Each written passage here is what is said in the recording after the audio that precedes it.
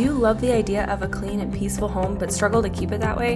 In today's episode, we're diving into simple, sustainable habits to help you maintain a clutter-free and calm space.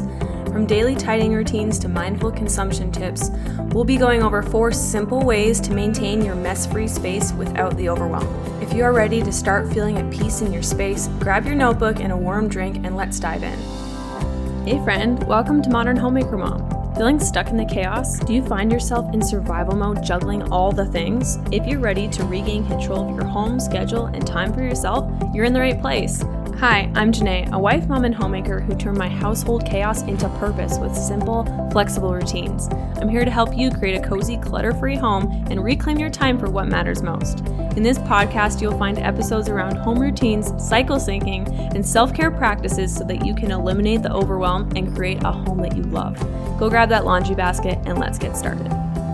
Okay, today's episode is going to be super great and packed with a lot of information, so make sure that you have a pencil and a notebook like I mentioned, because you're going to want to take notes so that you can reference them later. But before we dive in, I just wanted to invite you to come and join our free Facebook group, Simple Home Routines for Homemakers. I think you're going to love it. It's a community of other homemakers that we come together and we connect. It's really fun. We've had some good conversations in there, and I would love to have you in there with us as well. So go ahead. You can find the link in the show notes that would take you right to it, where you can find that Facebook group, or you can just go onto your web browser and search bit.ly/home routines and it will take you straight to the group. I would love to see you in there. Housekeeping aside, let's dive right into the tacticals of today's episode. I have 4 points that I want to go over for how you are going to go about maintaining your peaceful, mess-free home. So point number 1 is create simple rhythms. What this means is you're going to implement daily, weekly, and seasonal routines that are super easy to stick to. I want you to keep these flexible because remember, flexible means it's easier to keep up with. When we get these rigid routines, we always fall to the wayside because it's not easy to keep those things when something unexpected gets thrown our way. And I know you have young children, you have babies, and unexpected things happen all the time, multiple times a day. So keeping those rhythms super flexible is really going to help you stay streamlined. So why are routines so important to begin with? Well, routines create predictability and consistency, which makes clutter management effortless over time. Remember, like I've said in previous episodes, maintaining and achieving that clutter-free home is not going to happen overnight. It's going to take some time. So give yourself some grace and just keep in mind that implementing these systems, or if you like the word rhythms better or routines better, implementing these routines is going to help you get there one step at a time in a way that's not going to be so overwhelming. So to take the guesswork out of this, I've gone ahead and broken this down into daily habits, weekly habits, and then seasonal habits that you can do. So let's talk about this. Daily habits that you can do to maintain a clutter-free home would be adopting this reset your space, air quotes, that you can't see, routine that you do a few times a day. I would say anywhere from 2 to 4 times a day is how much I do this, where before bed or right after breakfast or right after lunch. It's like kind of whenever it's a transition time where you're ready to go from one task to the other and maybe you're feeling like the home's a little bit chaotic and needs a little reset, where you go around, you clear the counters, you fluff the pillows on the couch, you maybe fold the throw blankets on the couch and just, get everything kind of tidied up and put back in its place, return those stray items that you have back to their homes. And if you're thinking right now, as I'm telling you this, Jynae, I don't have homes for things, like you're way too ahead of me.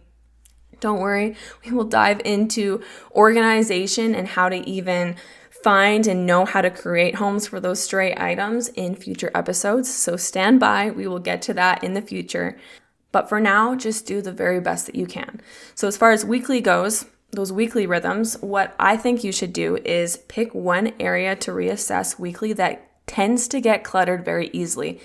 In last week's episode, I talked about how our laundry room and boot room tend to be clutter magnets. And so I'm revisiting these spaces once a week, where the items that get built up in there that aren't in their proper homes get put away back where they belong. So for you, that might be your kitchen table. It might be a junk drawer in your kitchen. Like, it doesn't have to be an entire room. It could be just a small, simple drawer or a cupboard that you find is getting cluttered and built up with clutter throughout the week very easily. So once a week, just go to that area and reassess it and just try to take those steps to declutter. And if you're like, what are the steps to declutter? Go back to last week's episode where I walk you through that whole entire process.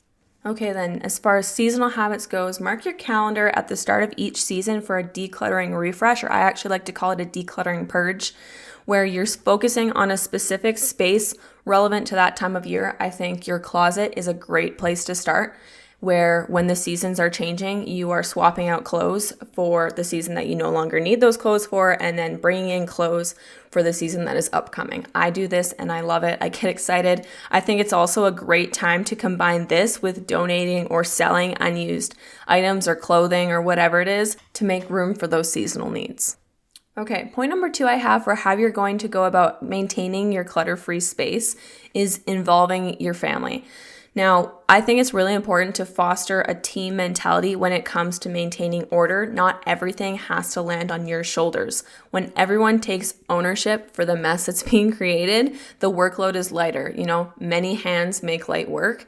It's true. And habits are more likely to stick when people are contributing to cleaning up the mess that's created. I always think, and I've said this before, that especially with children, they're less likely to go and make a mess and be careless about it when they know that they're the ones that have to clean it up. So I really do think it's important that you start this incredibly early on. My daughter is only 10 months old, just about 10 months old, and obviously she's not vacuuming the house or loading the dishwasher, but even at this young age, when I am ready to take her for her nap after she's played with her little basket of toys, I will, with her, right in front of her, I'll be like, okay, it's cleanup time. It's time to clean up your toys. And I will put away the toys in her basket. But she's learning that although she's not doing it herself quite yet at this age, she's watching mama do it.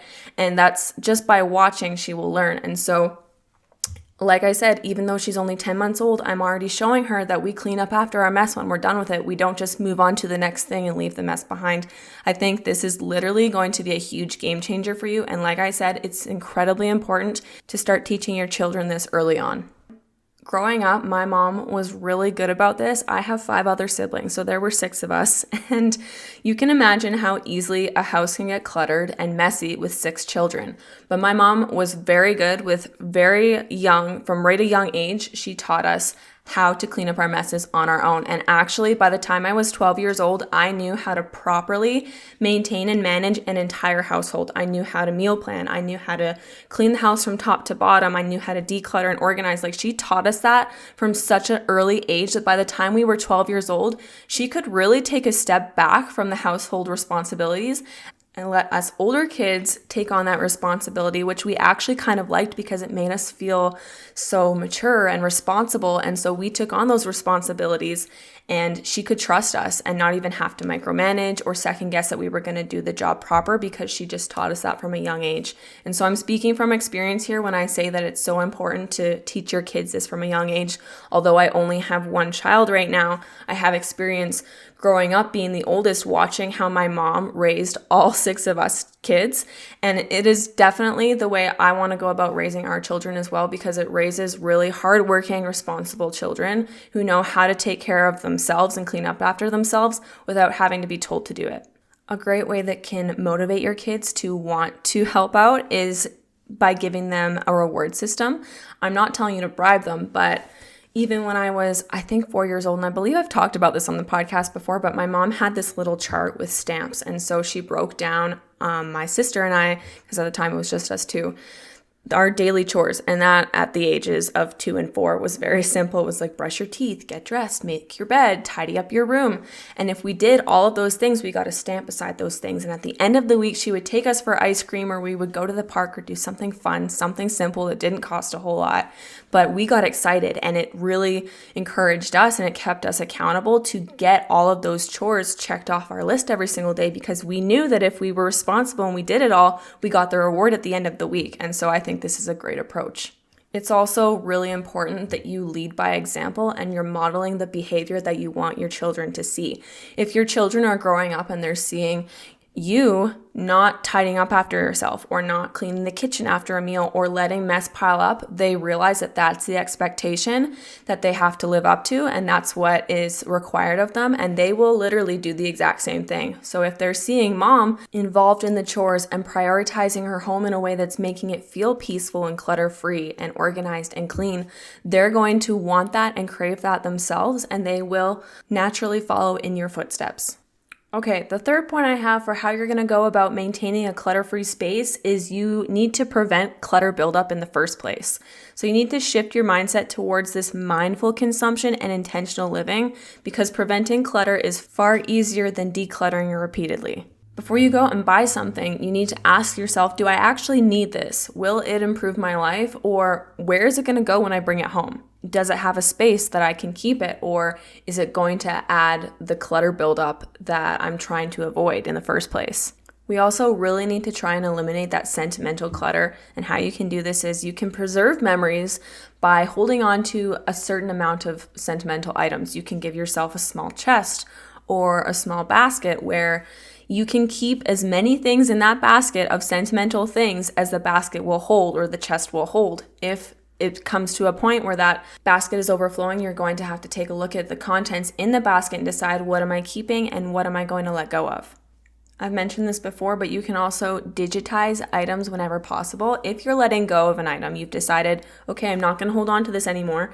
You can go ahead and take a picture of it first so that you can always hold on to that memory of that item, but now it's not taking up so much space. You can put it in a photo album or a scrapbook, or even keep it in a digital folder where it's not taking up any physical space. Another way that you can eliminate the clutter buildup is limit those impulse buys. Delay your purchases, especially online purchases, by 24 hours to evaluate if they align with your values and your needs. Do you actually need this item, or are you buying it out of, I don't know, maybe a dopamine hit because it gets you excited? Were you up late and you weren't thinking straight? Maybe you were breastfeeding the baby at 3 a.m. and you're scrolling on Amazon or you're scrolling on your favorite online store and you thought, oh, I'm going to buy that dress, or I'm going to buy this thing to put in the kitchen. And do you actually need it, or were you just doing it because you were bored? I think this is also why shopping lists are super important to have, and something that my husband and I do and have been doing ever since we've been married is we write a shopping list at the beginning of the week, only writing down the items that we need so that when we go out shopping, we can reference the list and we're not going through the grocery store picking off random items off the shelf, thinking that we need it when realizing, oh, I actually already have 2 bags of flour at home, or oh, I actually have 2 cans of chickpeas and I didn't need to buy 5 more. When you have a shopping list to reference, you're not going to do those impulse buys because you can reference the list and know, this is what I need. I don't need to get anything else today. And so that's actually saved us a lot of money as well. Okay, and then the final and fourth point that I have for how you're going to maintain a clutter-free home is give yourself emotional rewards of having that clutter-free home. It's so important to celebrate the positive impact of maintaining order on your well-being and your daily life by keeping your home clutter-free and mess-free. Having that tidy home is what nurtures your peace of mind. It's what reduces the stress and fosters joy for you. Instead of looking at frequent decluttering as this negative thing that you don't want to do, that you're dreading, you should really be reflecting on how the clutter-free space that you're creating is improving your productivity. It's giving you more time because you're not working around all this mess all the time. You're not wasting time trying to find things. It's helping your family dynamics. There's maybe less arguments. Your children are maybe less overstimulated and less stressed. So then they're quieter when they play. You and your husband can truly enjoy the time that you're spending together because there's not so much time being wasted over these small little arguments just because you're both overwhelmed by the clutter in your home. And now you can finally relax. I mean, when you lay all of those things out, having that decluttered space really seems like such a positive thing. And for me, it makes me so excited to achieve that because I get so happy knowing that I can create this peaceful home for not just me, but for my family, that we can all relax in, that we can feel safe in, and that we love to be in. You want to create the home for you and your family that you love. You want to create that safe haven, that sanctuary, like I like to call it. Another emotional reward that you can give yourself is celebrate those small wins. I will always bring this up, how important it is to recognize even those small accomplishments that you're achieving, like organizing one drawer or maintaining a tidy counter for an entire week. Those are big accomplishments and you should celebrate that. Treat yourself to a reward, like maybe you go out and you go thrifting and you're going to allow yourself to thrift something fun that you've been wanting to do, or buy yourself a new shirt that you've really been wanting, or maybe just even go out for coffee, or buy yourself a fresh bouquet of flowers. You, like I mentioned earlier, giving your kids rewards after keeping up with their chores and responsibilities, you can do the same for yourself. It's going to give yourself that positive reinforcement to keep on going. The last thing I wanted to mention on this whole emotional rewards point is I need you to reframe what progress is. You need to remind yourself that it's not about achieving perfection. Maintaining this clutter-free home is about cultivating a rhythm that works for you in the season of life that you're currently in. As long as each day you're doing one thing to get yourself moving one step forward, that's all that matters. And it doesn't matter if that step is really small or really big. It just matters that you made the effort to make the step in the first place. Okay, so that concludes the 4 points that I mentioned I wanted to go over today. I really hope that you took my advice and took notes as we went through this so that you can continually reference what we talked about today. But in summary, maintaining a peaceful and clutter-free home is about habits. It's not about perfection. The first point we went over was the importance of having simple rhythms or systems or routines or whatever you want to call it in place, using those daily, weekly, and seasonal habits to stay on top of the clutter. The second point we talked about was involving your family, making decluttering a shared responsibility with simple rules and habits that everyone can follow. And then the third thing that we talked about was preventing clutter buildup in the first place. Remember to practice mindful consumption and be selective about what you're bringing into your home.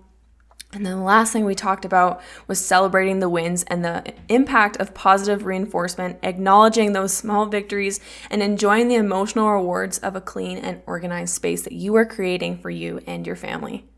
Thank you so much for joining me today. If this episode blessed you, I would love it if you would take a moment to share it with a friend, send her a screenshot, or you can even link her right directly to this episode so that I am able to help others maintain that clutter-free space that they really want to have so that they can have true peace and be able to relax with their family in their home and create that safe haven, that sanctuary. Remember, a clutter-free home is all about creating sustainable rhythms that bring you peace. If you haven't already, go ahead and hit the follow button at the top of your screen so that you don't miss out on the episodes I have coming out every single week. I can't wait to see you in the very next one. Before you go, if this podcast has encouraged or helped you in any way, the best way that you can show your support is by subscribing to the show and leaving a written 5-star review. Your words truly make my day and remind me why I love sharing here. You can also snap a screenshot of this episode and share it with a friend or post it to your Instagram stories. Make sure to tag me at @HerStableHome. Thanks so much for listening, friend. I will see you next time.